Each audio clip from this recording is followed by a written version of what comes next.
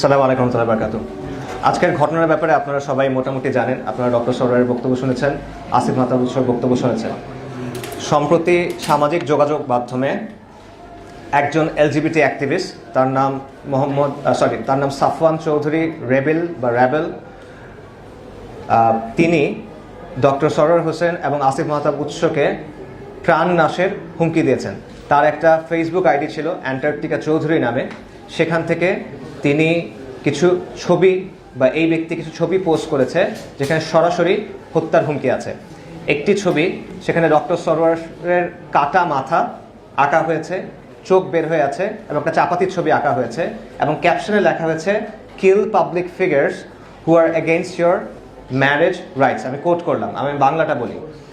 তোমার বিয়ের অধিকারের বিরুদ্ধে যারা অবস্থান নেয় সেই পাবলিক ফিগারদের হত্যা করো। এখন এখানে একটা বিষয় স্পষ্ট করা দরকার, কার বিয়ের অধিকারের বিরুদ্ধে ওনারা অবস্থান নিয়েছেন। ডক্টর সরওয়ার বা আসিফ মাহতাব বা আমরা কেউই কারো বিয়ের অধিকারের বিপক্ষে না। এখানে মূল যে বিষয়টা সেটা হলো এই ব্যক্তি একজন এলজিবিটি অ্যাক্টিভিস্ট এবং আপনারা জানেন যে পাশ্চাত্যে সমকামী বিয়ে এটাকে তারা বৈধতা দেয়, যে ছেলের সাথে বিয়ে করে বা মেয়ের সাথে বিয়ে করে, তথাকথিত এই জিনিসটাকেই সে এখানে ইঙ্গিত করছে। অর্থাৎ যারা সমকামী বিয়ের বিরুদ্ধে অবস্থান নেয় সেই পাবলিক ফিগারদেরকে হত্যা করো, এটা হলো তার বক্তব্য প্রথম যেটা।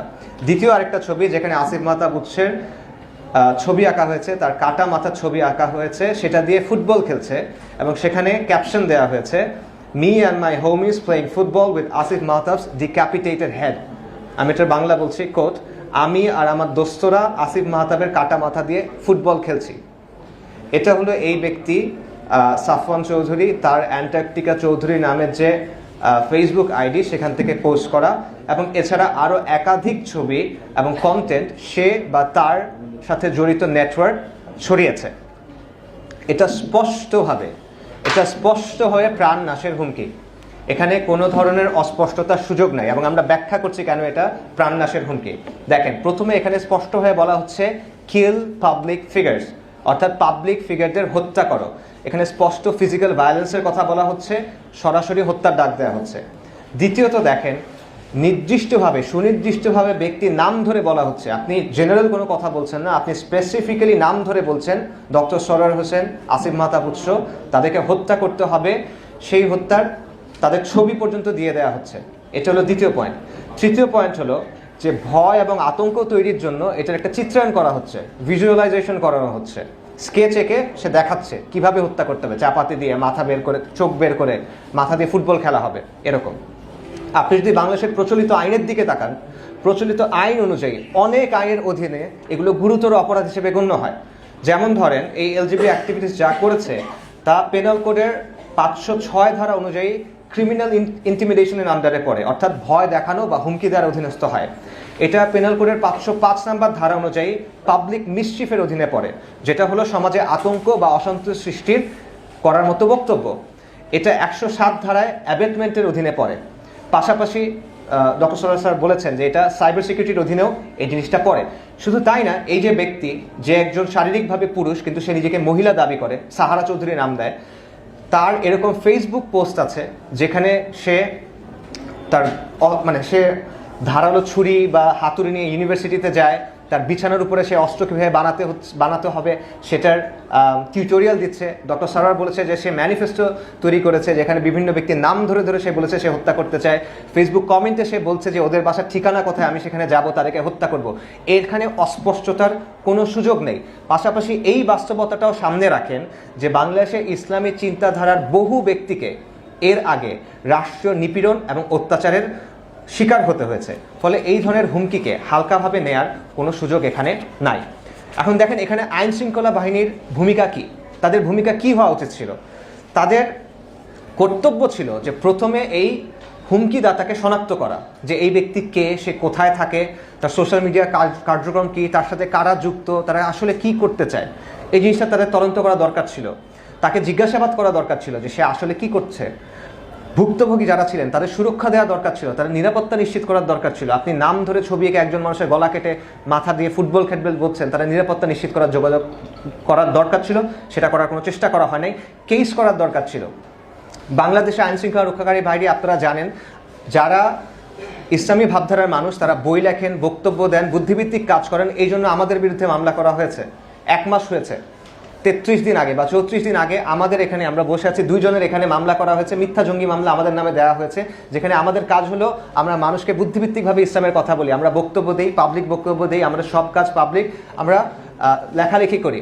এই জন্য আমাদেরকে জঙ্গি মামলা দেওয়া হচ্ছে, আর সরকারের পক্ষ থেকে, এটিইউর পক্ষ থেকে মামলা দেওয়া হচ্ছে, এবং বারবার যোগাযোগ করার পর, কথা বলার পর তারা কিন্তু এগুলো নিয়ে কোনো স্পষ্ট ব্যাখ্যা দেয় নাই। আর এখানে আপনি নাম ধরে এক লোক ম্যানিফেস্টো বানিয়েছে, সে স্পষ্টভাবে ভায়োলেন্সকে জাস্টিফাই করছে, সে সাথে অস্ত্র নিয়ে ঘুরছে, অস্ত্রের টিউটোরিয়াল দিচ্ছে, বলছে যে আমি এদের লোকেশন খুঁজছি, ওখানে যাব, অন্যদেরকে উস্কানি দিচ্ছে হত্যা করার। আমাদের প্রশাসনের, আইনশৃঙ্খলা রক্ষাকারী বাহিনীর, আমাদের তথাকথিত সন্ত্রাসবাদ দমন করার জন্য যারা কাজ করে, গোয়েন্দা সংস্থা, তাদের কোনো কার্যক্রম নাই, নাথিং। তো আমরা বলবো যে এখানে এই দ্বিচারিতাটা কেন, এই দ্বিমুখিতাটা কেন, এই ডাবল স্ট্যান্ডার্ডটা কেন, এই বৈষম্যটা কেন? তো এই যে নীরবতা, এই যে তাদের নিষ্ক্রিয়তা, এটা আমরা মনে করি আমাদের সমাজের যে সিস্টেমিক ইসলামোফোবিয়া আছে, যে কাঠামোগত ইসলাম বিদ্বেষ আছে, সেটার একটা বহিঃপ্রকাশ। মিডিয়ার ভূমিকা, আপনারা এখানে অনেক মিডিয়া এখানে উপস্থিত আছেন, মিডিয়ার ভূমিকা এখানে অত্যন্ত দুঃখজনক ছিল। বেশিরভাগ মিডিয়ার উচিত ছিল এই বিষয়টা সিরিয়াসলি নেওয়া। শুধু আমাদের ইসলামপন্থীদের সাথে হয়েছে দেখে না, যে কোনো নাগরিকের সাথে এটা হলে মিডিয়ার দায়িত্ব হলো এই জিনিসটা সিরিয়াসলি কভার করা, কিন্তু এই জিনিসটা করা হয় নাই। জিনিসটা নিয়ে অনলাইনে তোলপাড় হয়েছে, এটা ভাইরাল হয়েছে, কিন্তু খুব অল্প সংখ্যক মিডিয়া এই বিষয়টা কভার করেছে। যারা করেছে তারা রিলাক্টেন্টলি করেছে, যারা করেছে তারা আংশিকভাবে করেছে, এবং মূল যে অপরাধ সেটার কথা না বলে দেখা গেছে যারা এর বিপক্ষে বিবৃতি দিয়েছে, বামপন্থীরা এটসেট্রা, তাদের কথাকে ফোকাস করা হয়েছে। এটা অত্যন্ত দুঃখজনক একটা বিষয় ছিল। সিভিল সোসাইটির ভূমিকা কি, তথাকথিত শিশু সমাজের ভূমিকা কি ছিল? তাদের দায়িত্ব ছিল এই হত্যার হুমকির বিরুদ্ধে স্পষ্ট অবস্থান নেওয়া। শিক্ষক সমিতি, বুদ্ধিজীবীদের সংগঠন, পেশাজীবীদের সংগঠন, তাদের উচিত ছিল খোলাখুলি এটার নিন্দা জানানো। রাজনৈতিক মতভেদ থাকলেও আমি কাউকে হত্যা করা হবে, তারও কাটা মুন্ডু নিয়ে ফুটবল খেলা হবে, এটার পক্ষে আমি নাই। ন্যূনতম এতটুকু সভ্যতা ভব্যতা তাদের মধ্যে থাকা উচিত ছিল। কিন্তু তারা একটা অংশ নীরব থেকেছেন, আরেকটা অংশ প্রকাশ্যে হুমকিদাতার পাশে দাঁড়িয়েছেন। তারা বলেছেন যে এই অ্যাক্টিভিস্ট, এলজিবিটি অ্যাক্টিভিস্ট যা করেছে সেটা নাকি আর্ট, সেটা নাকি শিল্প। আমি আপনাদের প্রশ্ন করি, যদি আজকে কেউ, যারা এই বিবৃতিগুলো দিয়েছেন, এই ব্যক্তির পক্ষে যারা বিবৃতি দিয়েছেন, এই হুমকিদাতার পক্ষে যারা বিবৃতি দিয়েছেন, তাদের কারো কাটা মাথার ছবি এঁকে যদি ফেসবুকে পোস্ট করা হয় যে এদেরকে হত্যা করো, তখন কি তারা এটাকে আর্ট হিসেবে গ্রহণ করবেন কিনা? আমরা এই ধরনের কাজ সমর্থন করি না, ইসলাম এই ধরনের কাজ সমর্থন করে না, যে ছবি আঁকা হবে এটসেট্রা। কিন্তু আমরা জাস্ট দ্বিচারিতাটা দেখানোর জন্য বলছি, এই কাজটা যদি তাদের কারোর ব্যাপারে করা হতো, তখন কি তারা এটাকে আর্ট বলতেন কিনা, শিল্প বলতেন কিনা? কিন্তু যখন এটা ইসলামী ভাবধারার মানুষের ক্ষেত্রে করা হচ্ছে, তখন এটা আর্ট, তখন এটা অধিকার দিতে হবে।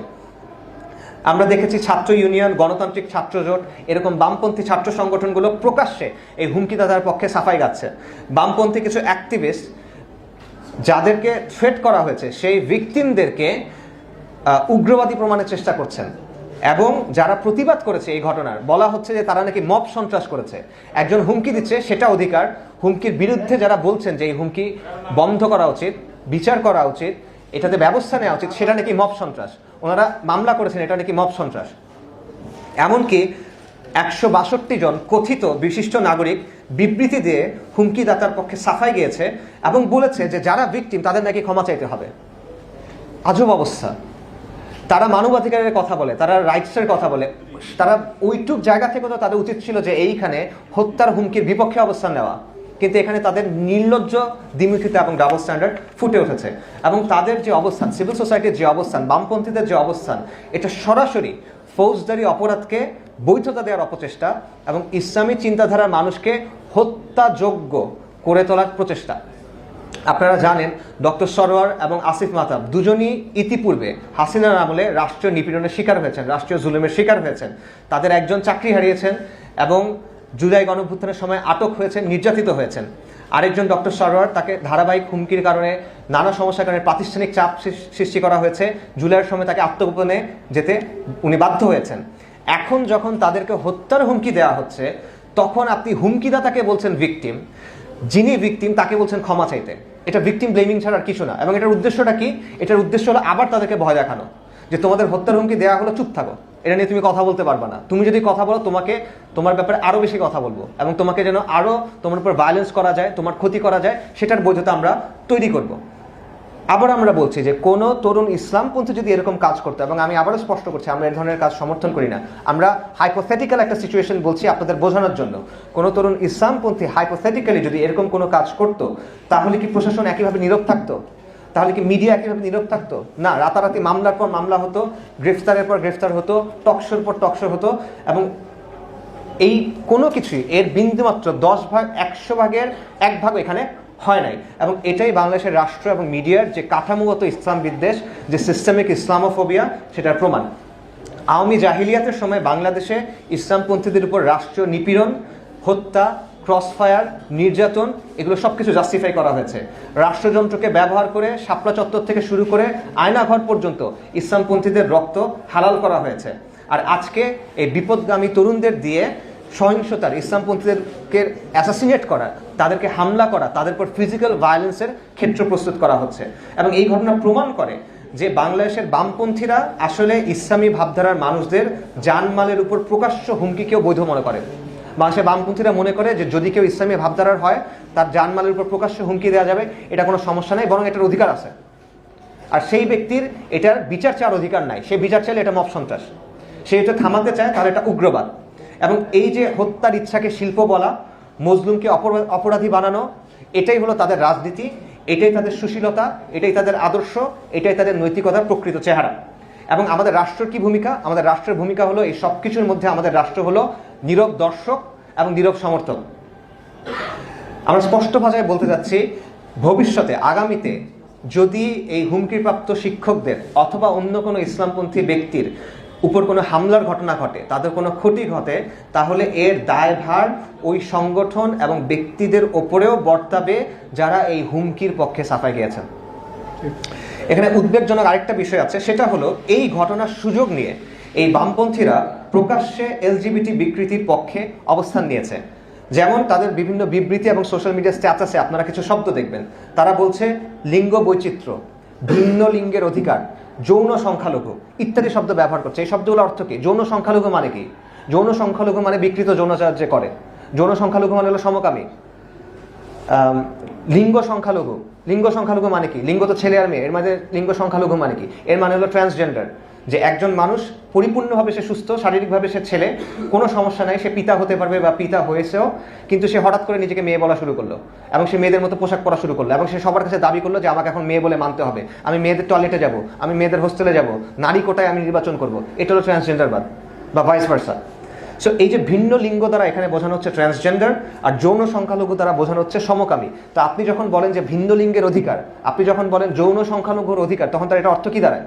তখন এটা অর্থ দাঁড়ায় আপনি সমকামিতার অধিকার চাচ্ছেন, আপনি ট্রান্সজেন্ডারবাদের অধিকার চাচ্ছেন, আপনি চাচ্ছেন একটা বায়োলজিক্যাল মেল, যে একটা সম্পূর্ণ পুরুষ, যে বাবা হয়েছে, বাচ্চার বাবা হয়েছে, সে গিয়ে নারীদের হোস্টেলে গিয়ে থাকবে, সে গিয়ে নারীদের টয়লেট ইউজ করবে, সে বাসে মহিলা সিটে গিয়ে বসবে। এই তো বেসিক্যালি আপনি চাচ্ছেন। তো এই তারা, এই বাংলাদেশের বামপন্থীরা এবং তথাকথিত সুশীল সমাজ, এরা অধিকার সুরক্ষা এবং অন্তর্ভুক্তিমূলক পরিবেশের নামে মূলত সমকামিতা এবং ট্রান্সজেন্ডার বাদের পক্ষে অবস্থান নিয়েছে, যেটা আমরা এখানে স্পষ্টভাবে দেখছি। অর্থাৎ হত্যার হুমকিকে, একদিকে তারা হত্যার হুমকিকে আড়াল করছেন, হত্যার হুমকিকে সাফাই গাচ্ছেন, হত্যার বৈধতা তৈরি করছেন, মানুষকে হত্যাযোগ্য করে তুলছেন। অন্যদিকে তারা পাশ্চাত্যের এই যে জাহেলি জঘন্য এলজিবিটি এজেন্ডা, এটা আমাদের সমাজে নর্মালাইজ করার, বৈধতা দেওয়ার, প্রচলন করার অপচেষ্টা চালাচ্ছেন। অথচ এই এজেন্ডা আমাদের ইমান, আকিদা, তেহজিব, তমুদ্দুন বিরোধী, এটা পরিবার বিরোধী, সমাজ বিরোধী, সভ্যতা বিরোধী। বাংলাদেশের মুসলিমরা শুধু না, বাংলাদেশের হিন্দু, বৌদ্ধ, খ্রিস্টান, অন্যান্য এথনিক গোষ্ঠী যত আছে, অন্য ধর্ম যারা আছে, তারা কেউ তাদের পরিবারের জন্য, তাদের কমিউনিটির জন্য এই বিষয়গুলো চান না। তারা কেউ চান না যে এলজিবিটি নর্মালাইজেশন হোক, কিন্তু এই জিনিসটা অধিকারের নামে এবং অন্তর্ভুক্তির নামে চাপিয়ে দেওয়া হচ্ছে এবং এটার ফোরফ্রন্টে আছে, এটার ভ্যানগার্ড হিসেবে কাজ করছে এই বামপন্থীরা এবং এই এনজিও লবির লোকজন। আমরা এই হুমকির তীব্র নিন্দা জানাচ্ছি, এর পক্ষে বামপন্থীদের যে অবস্থান সেটার তীব্র নিন্দা জানাচ্ছি, এবং এভাবে এলজিবিটি এজেন্ডার নর্মালাইজেশনের যে অপচেষ্টা চলছে সেটার প্রতিবাদ জানাচ্ছি। এবং আমরা আহ্বান জানাচ্ছি, 1, অবিলম্বে হুমকিদাতাকে আইনের আওতায় আনা হোক। 2, হুমকিদাতার পক্ষে যারা সাফাই গিয়েছে, হুমকির পক্ষে যারা সাফাই গিয়েছে, সেই সংগঠন ও ব্যক্তিদের জবাবদিহিতার আওতায় আনা হোক, তদন্ত করে দেখা হোক তাদের এর সাথে কোনো সম্পর্ক আছে কিনা। 3, ভিকটিমদের নিরাপত্তা নিশ্চিত করার জন্য যথাযথ ব্যবস্থা নেওয়া হোক। এবং 4, এলজিবিটি এজেন্ডাকে স্বাভাবিক করার জন্য যে কোনো প্রচেষ্টা বন্ধ করা হোক। আপনার সবাইকে ধন্যবাদ।